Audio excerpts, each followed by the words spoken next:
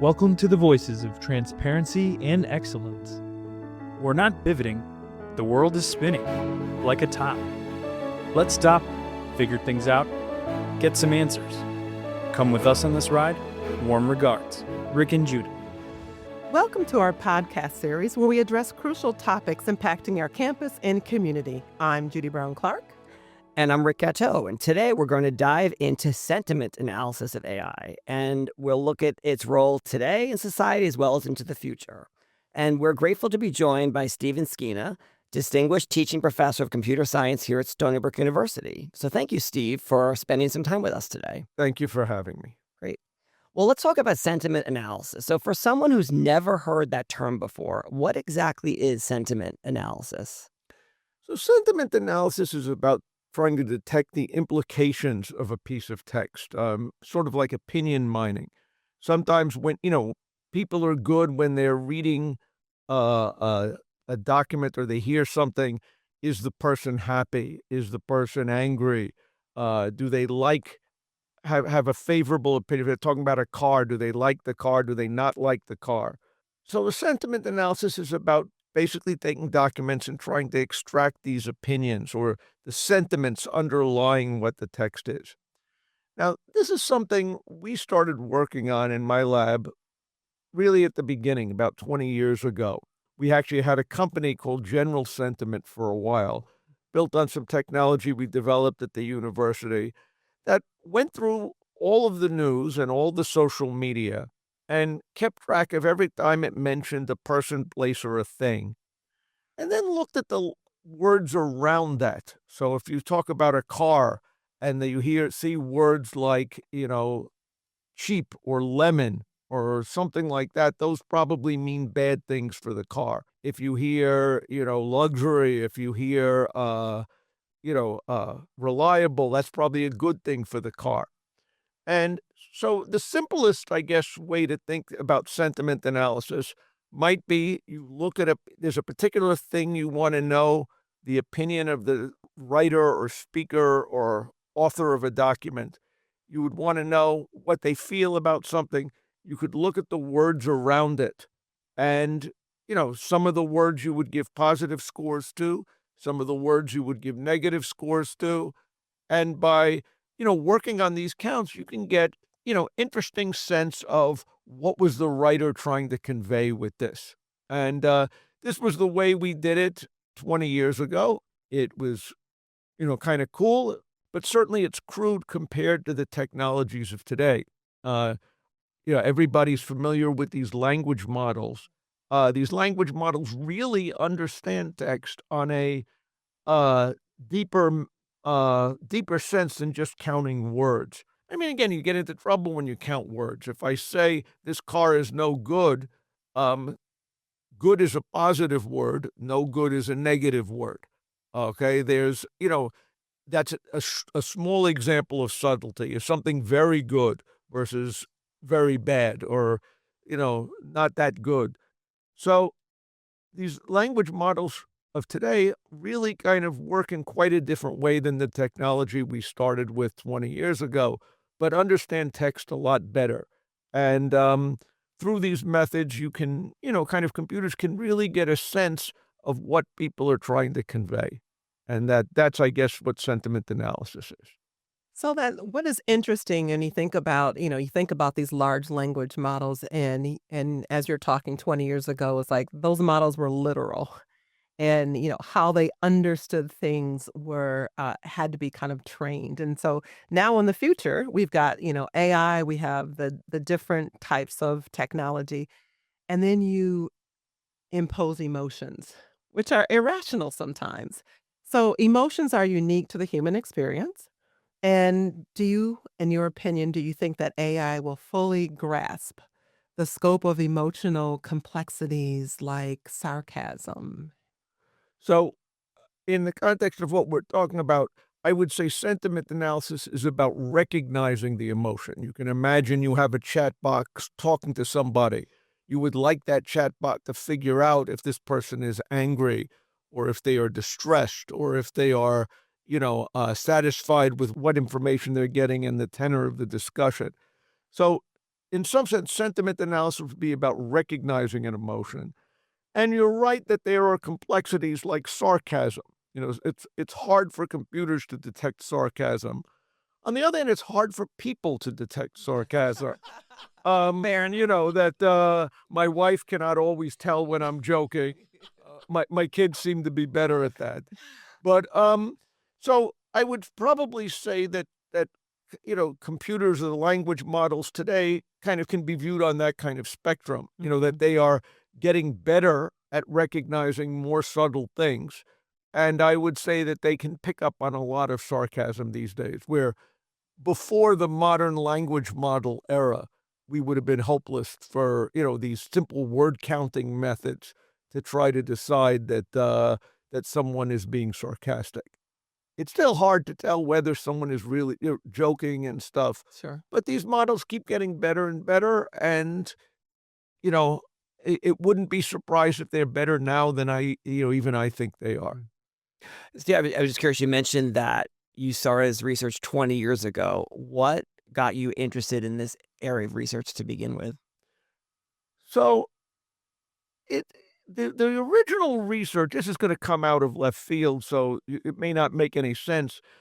I was doing bioinformatics in those days, computational biology, trying to understand what genes turned on other genes. And one school of thought were people who built systems that tried to read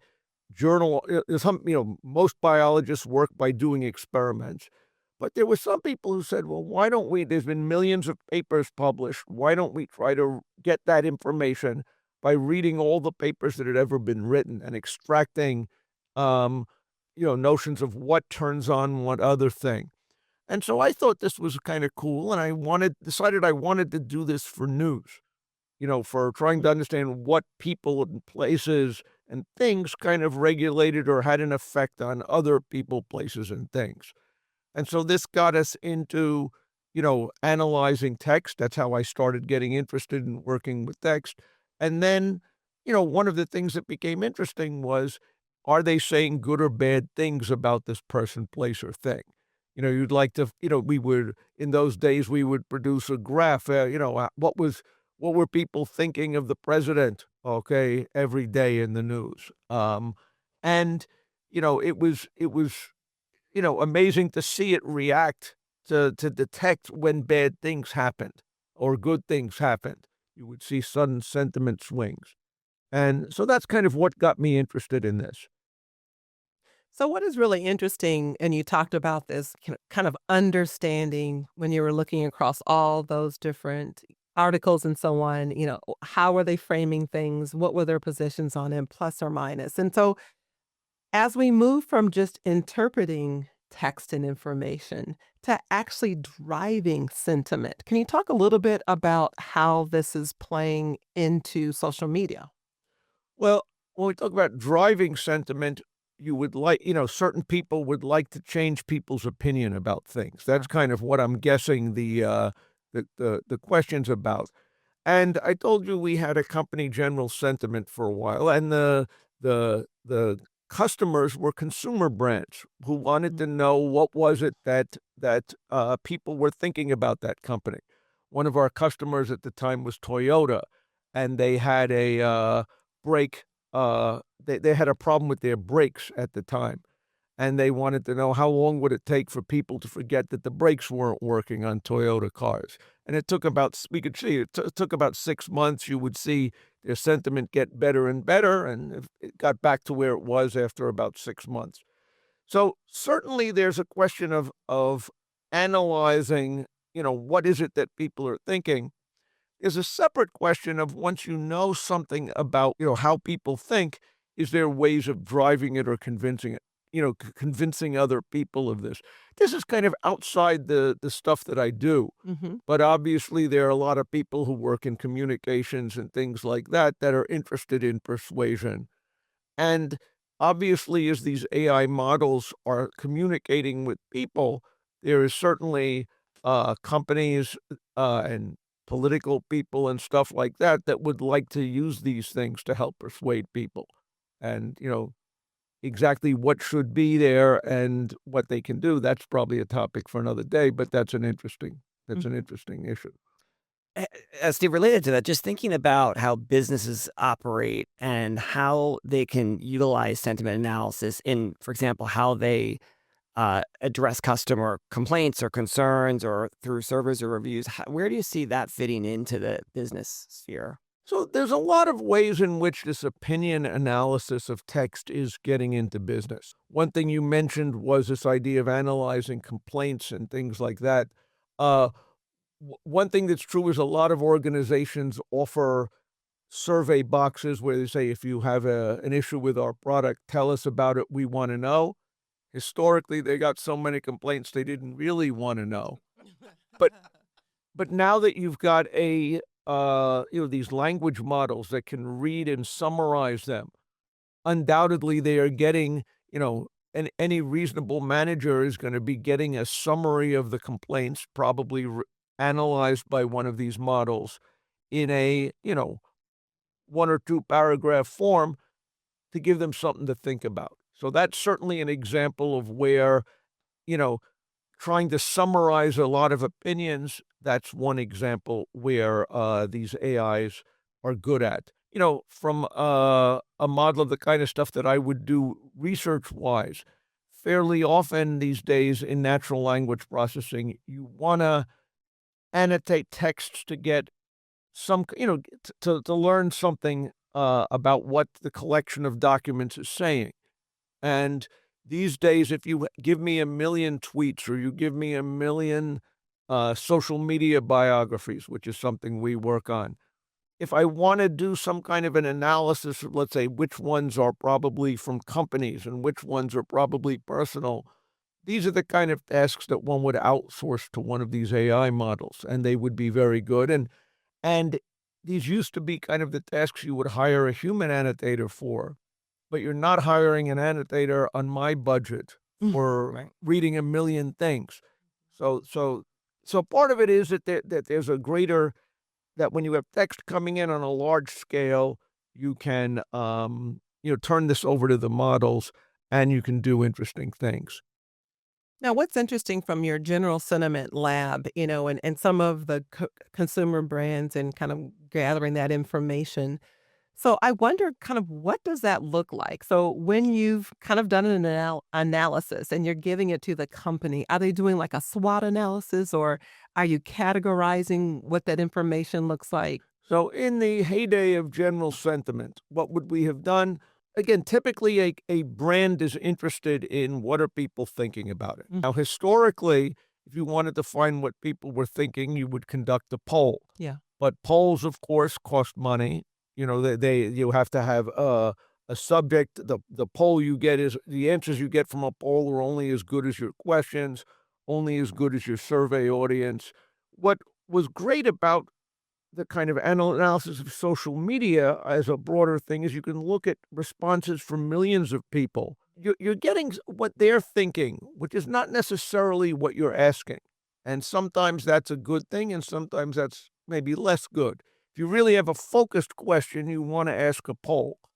But if you want to get a sense of what people are thinking, having a, broad canvas of all the social media that mentions this kind of a topic, you're going to learn something. And that was kind of, typically we reflected it in terms of graphs. How was the sentiment by certain standards? How did that change day to day? Mhm. We would present it on maps. How was the amount of chatter and the favorability at a certain point? How did it differ by regions? Okay, and what were the things that was linked to? So if you're, you know, I'm trying to think of a good example for today. Maybe Iran is a good example. There was a time when Iran would probably be linked to discussions of, other countries in the Middle East in a certain way. Now suddenly there's a different set of things that it's associated with. It's associated with war. It's associated with blockade. It's associated with a lot of other things. And, kind of seeing what these associations are, how strong they are, how much have they changed. this was the kind of thing that we would give people.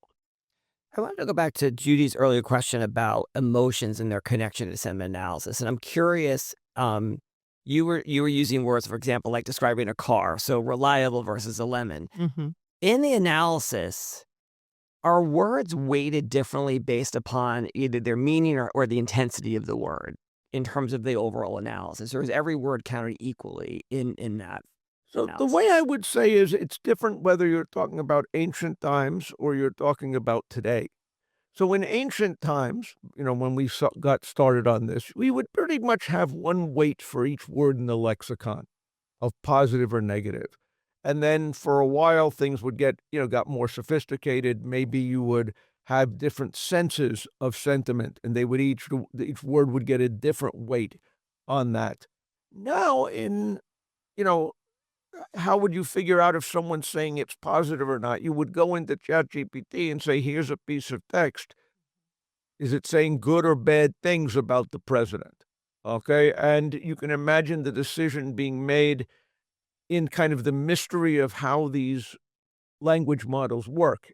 In the old days, I could explain it to you, and I was counting up words in a lexicon, and if you had reasonable weights, I think you guys could see how that would work. Now these language models, are kind of opaque what they're doing inside, but they are very good at a lot of these kind of tasks. And so, to a first approximation, if you want the sentiment about a text, you ask the model and see what it says.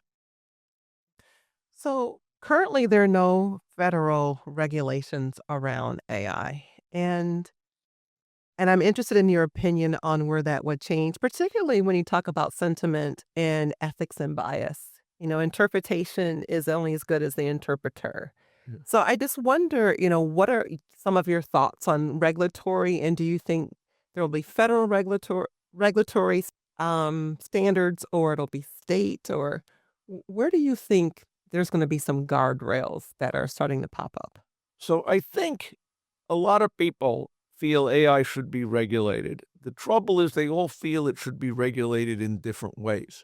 Everybody has a sense that AI is a serious and important and potentially dangerous technology, but there isn't really a consensus on what it is that people are worried about and what would be properly addressed. So there's understandable confusion, I think, on the part of regulators as to what would be the target that you kind of want. There is some set sentiment that state, individual states are trying to get ahead and regulate it.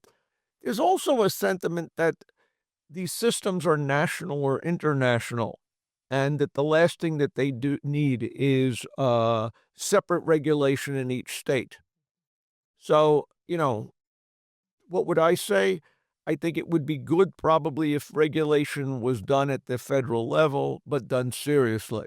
And, you know, that it has, there are competing pressures that AI is developing very quickly, and people are afraid of doing something that's going to stop it, that's going to let another nation get ahead of us. So it's a complicated thing where I don't think there's really a good consensus on. Maybe they need the General Sentiment Lab to help them figure out what. Yeah. Good point. Steve, I know higher ed is continuing to wrestle with AI. Where does it fit into the curriculum in terms of the overall environment? Is it an opportunity? Is it a threat? I think are questions that keep coming up. I'm curious, given that you are a professor of computer science, I've seen nationally that we hit such a peak in terms of interest of students pursuing that major, and I've seen the beginning of a decline in interest. And I'm curious how much you think that's connected to AI in terms of the future job market for graduates. So, these AI models are really amazing. And one of the areas that they're really amazing is in programming. They have gotten to the point where for certain classes of applications, you can get, a piece of software written whole cloth from really a few prompts that used to be something that you would have, need a professional programmer or a software engineer to be with. And one result is that there has been a reduction in demand, at least for now, in kind of entry-level people in programming. This has been a problem for some of our recent graduates. Now, for the people I know and trust in industry, the general sense is these systems make them more efficient, but by an order of about, I would say, 25%. If I talk to the ones I trust, they say, "Do you use it?" "Oh, yeah, I use it every day." You know, there's still a lot of computer science is not about testing. It's about specifications. What is it you really want the thing to do? It's about testing. How do you verify that it's really doing it? And these are things that, you still need computer scientists to do. So it's an interesting world. I still think computer science is a good field, but what it means to develop software is a thing that's changing. And I still think, I mean, the fundamental thing with the job market, I still think that a person with an AI is going to be better than either a person or an AI. So long as that's true, there will still be jobs, and that will be a good thing. So as we talk about generative AI and we talk about our human workforce, can you tell us a little bit about the digital twin? Because there's always something that has to reconcile efficiency. And so the pressure between can software do it better than a human? Says who and by what? Can you talk a little bit about how we make the case that where we are now, that you need that reconciliation between humans doing the job and the software doing the job? Can you talk a little bit about digital twins So and what that means? okay, that I'm gonna say. Okay, so that's when I think of digital twin, I think of you want to create a model of something in the real world. Correct. So I think of it as for engineering purposes, might want to create a model of a car that's a computational model that you can do experiments with and Correct. perturb and interact with instead of doing it on the physical object. Yes. And so now, when it comes to, what is it that people are good at and what is it that AI is good at? Again, this is you know, a, a world which is changing, and I don't think, it's hard to know what's really there. I mean, and the big question about jobs and technology has goes back to the early 1800s, where workers were protesting that they were losing their jobs operating looms for weaving cloth. The people who destroyed those machines were a group called the Luddites. So anybody who's a Luddite was someone who's supposed to be against technology. But the concern was that technology was going to destroy jobs. And what ended up happening is there was dislocation, certainly in some industries, and for a certain period of time. But ultimately, there were always more and better jobs. And so whenever people have, up until now claimed that, oh my God, machines are going to take away all the jobs, that hasn't been true. And, there's something that feels a little different this time, but I wouldn't bet against a historical trend. My instinct is that so long as a person with an AI is better than just an AI, I assume that there will be needs for employment. There's a world that if a person with an AI is more capable and more efficient, can do a lot more things, well, you can make as much AI as you want. So that would be an argument for hiring more people. And, I hope that's the way things will shake out. But it's a time of, a certain amount of uncertainty. So, Steve, I know that you are a very well-respected and popular teacher here on campus. Can you share with us what classes you teach and a bit about the students in your class? Like, what are they most interested in? Why do they choose the academic curriculum at Stony Brook? Okay, those are two separate things. Why do they choose a curriculum at Stony Brook? Again, I teach in computer science. Stony Brook is a nationally ranked department in computer science. We are a very good department and have been for a long time. And so, we end up getting a large number of students who want to major in computer science. So I teach large classes. Part of the secret is to teach required classes. So they have to take my class. But I tend to teach the undergrad algorithms course. Algorithms are kind of the idea behind programming, computer programs, and really kind of a very fundamental part of computer science. And so that's something I like to teach. And at the grad level, I teach a data science class, which is, I would say is sort of these days is becoming an applied machine learning class about how do you, build models to address a lot of different kind of problems. So last year, a study came out and it was entitled The Role of AI in Managing Bipolar Disorder. It was a new frontier in patient care. And one of the quotes, it says AI has the potential to improve mood episode prediction, personalized treatment plans, and provide real time support, offering new opportunities for managing bipolar disorder more effectively. So, what are your thoughts on that claim? And are there other examples of new frontiers that AI may have the potential to create? So there are a lot of potential advantages of AI in healthcare. Again, when we talk about something like, I guess, bipolar disorders, part of, first of all, I'm not an expert on such things, but you know, what can AI hope to do? One is that by automating a certain level of monitoring of people, okay, how are they behave? How are they presenting on social media in their how they're talking to other people, how they are, behaving.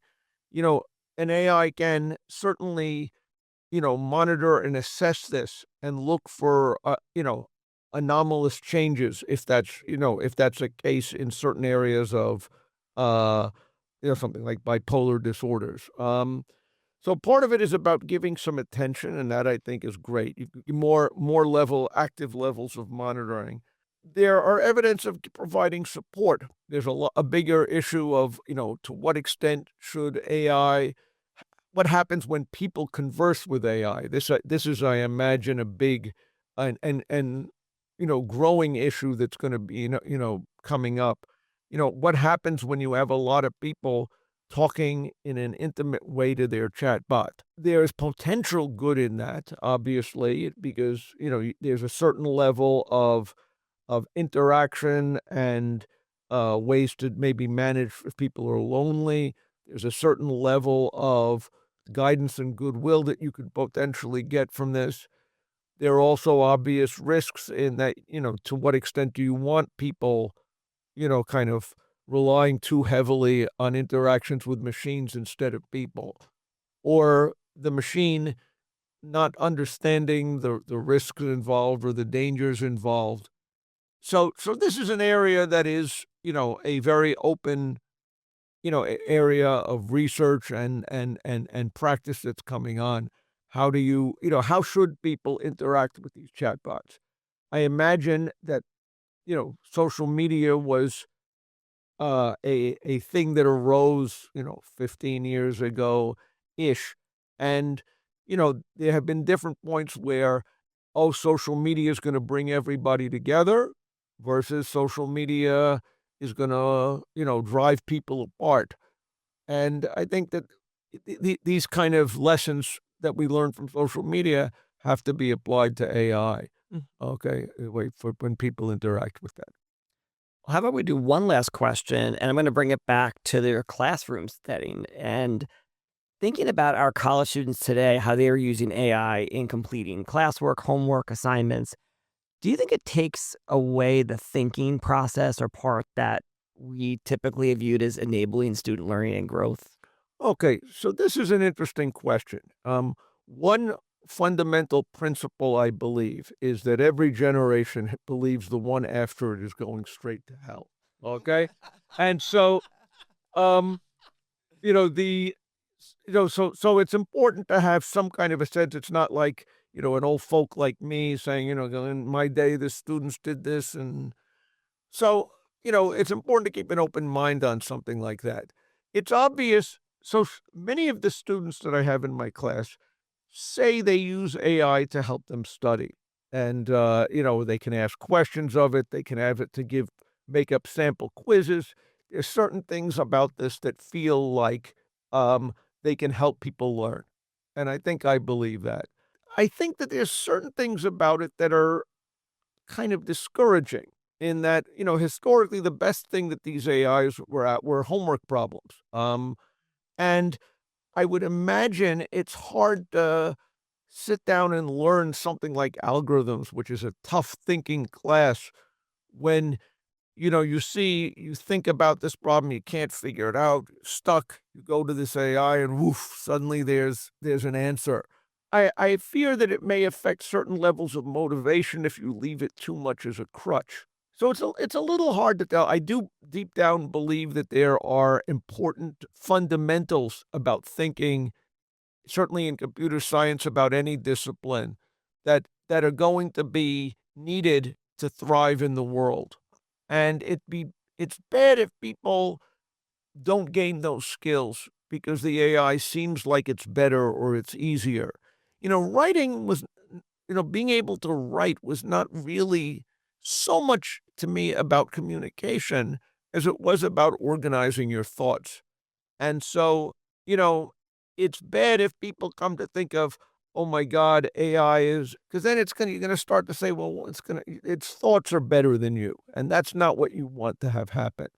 Exactly what you just said is where I think our young critical thinkers are falling in, because there are such eloquent answers, and it feels like that's the best way to write it. And so I wonder, as you think about, in the classroom, Rick asked earlier about, what does this look like in the classroom? How should educators assess and help students have better questions and better prompts? Yes, you're going to use these tools, but a tool's only as good as the prompt or question that you ask, and you need that critical thinking. So, in your opinion, how should we be training our educators to bring out the best critical thinking of our students? Well, a lot of, again, I come from computer science, and a lot of what being good at computer science is about asking the right question. Right. And is about thinking through all the implications of something. The reason a program has a bug is because you didn't think something through. And these are skills that it's important to learn. How do you teach it in the age of AI? It's a tricky business. I'm not convinced that a lot of this is better taught through AI. I mean, AI exists, and it's important to use it as a tool. But at the level of students, I think it's important to develop kind of the thinking muscle to be able to work through these kind of things, to understand what a solution should look like, what are the possible problems. When it comes to computer programs, these software that these things are building, trying to understand where they might be wrong requires a certain level of deep thinking. I think you build that by building your own software and struggle and beat your head against it, even though, what you end up spending hours on, the program, the AI could crank out in a couple minutes. It's important to have some of this in your head. Right. And, I hope that's what our students will continue to do. Well, thank you for making us think today. Really, thank you very much for having me. Really, your insights and expertise, just fascinating conversation. Absolutely. We hope our listeners find these discussions informative and empowering as we navigate these times together. Thank you again. We really appreciate your insightful guidance and understanding and unpacking. And I'm sure that our audience there were many times during our conversation that it was a aha moment. So thank you for that. I hope you'll join us again for next week's episode. For now, I'm Rick Gatteau. And I'm Judi Brown Clarke. Thank you for tuning in.